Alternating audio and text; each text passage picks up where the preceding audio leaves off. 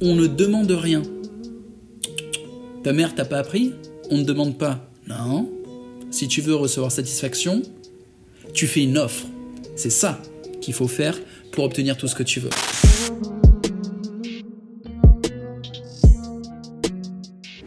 On va pas dans la rue demander à une meuf s'il te plaît, file-moi ton numéro parce que je me sens seul et que je fais que me branler, tu vois. Non. On propose quelque chose d'intéressant.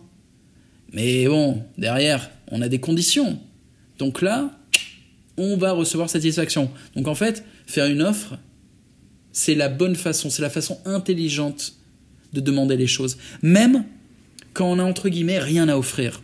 Je te donne un exemple.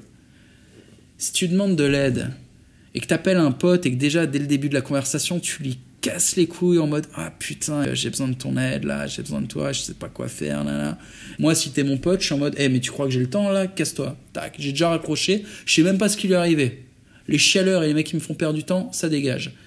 Non, c'est pas comme ça qu'on demande quelque chose. Même de l'aide, même quand on n'a rien à offrir. C'est genre « Hey, ça va? Yes, écoute, je t'offre l'opportunité de m'aider parce que là, je suis dans la merde. » Le mec, il rigole en face, il est là, comment ça, tu m'offres l'opportunité de t'aider? Ouais, t'as les infos nécessaires ou t'as la compétence nécessaire pour sauver ma life. Toi, ça va pas te coûter grand-chose, mais moi, ça va changer ma vie. Et en échange, tu auras évidemment ma gratitude éternelle. Tu proposes un truc. Et le minimum que tu puisses proposer, c'est ça, c'est ta gratitude et surtout l'opportunité pour la personne avec qui tu interagis d'être utile. C'est déjà pas mal. Il y a des gens, ils aiment être utiles. Moi, j'adore être utile. Faites des offres.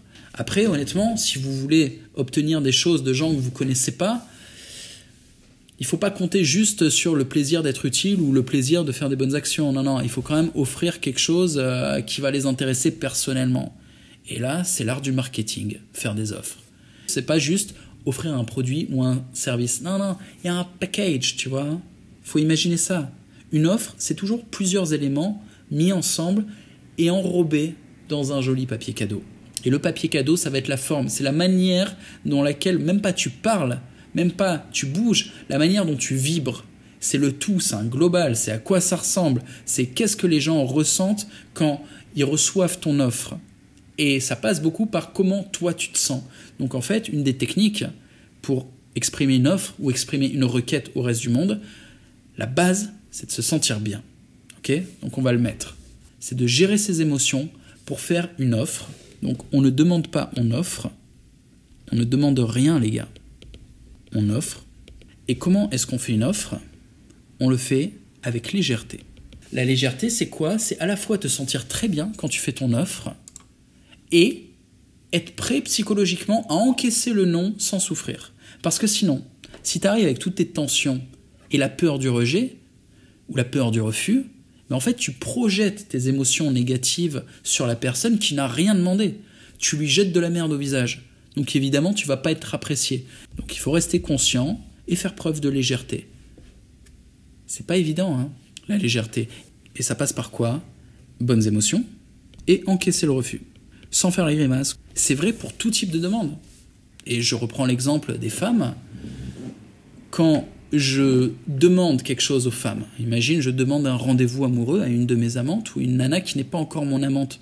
Vous croyez que je vais la gratter? Vous croyez que je vais lui demander? Jamais de la vie. Je vais lui offrir.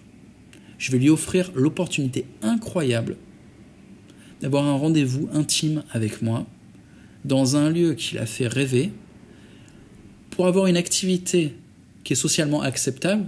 Je lui dis pas viens à la maison, je vais t'enculer devant une caméra.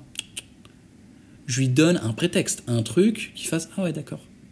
Un truc qui contre ses objections. Ses objections c'est ah j'ai pas envie d'être pris pour une salope. Non, t'es une fille bien. On va boire le thé, on va parler psychologie.